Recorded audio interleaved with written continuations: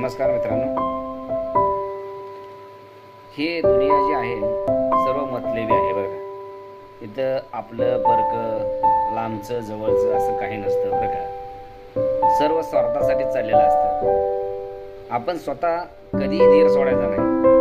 आपलं स्वतःचं एक अस्तित्व निर्माण करायचं आणि या जगाला काहीतरी करून दाखवायचं. कधीही मन आपलं खचू द्यायचं नाही.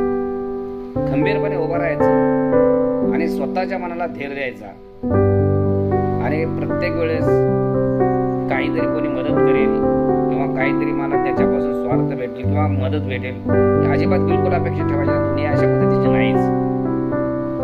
मग मी एका कवितेत माझ्या सांगतो, नको घाबरू मानसा, नको घाबरू मानसा दिस मावळता पाहून. नको घाबरू मानसा दिस मावळता पाहून, पहाट उद्याची येईल साज सोन्याचा लिहून. नको पाहू मागे पुढे, नको पाहू मागे पुढे नाही कोणीच येणार.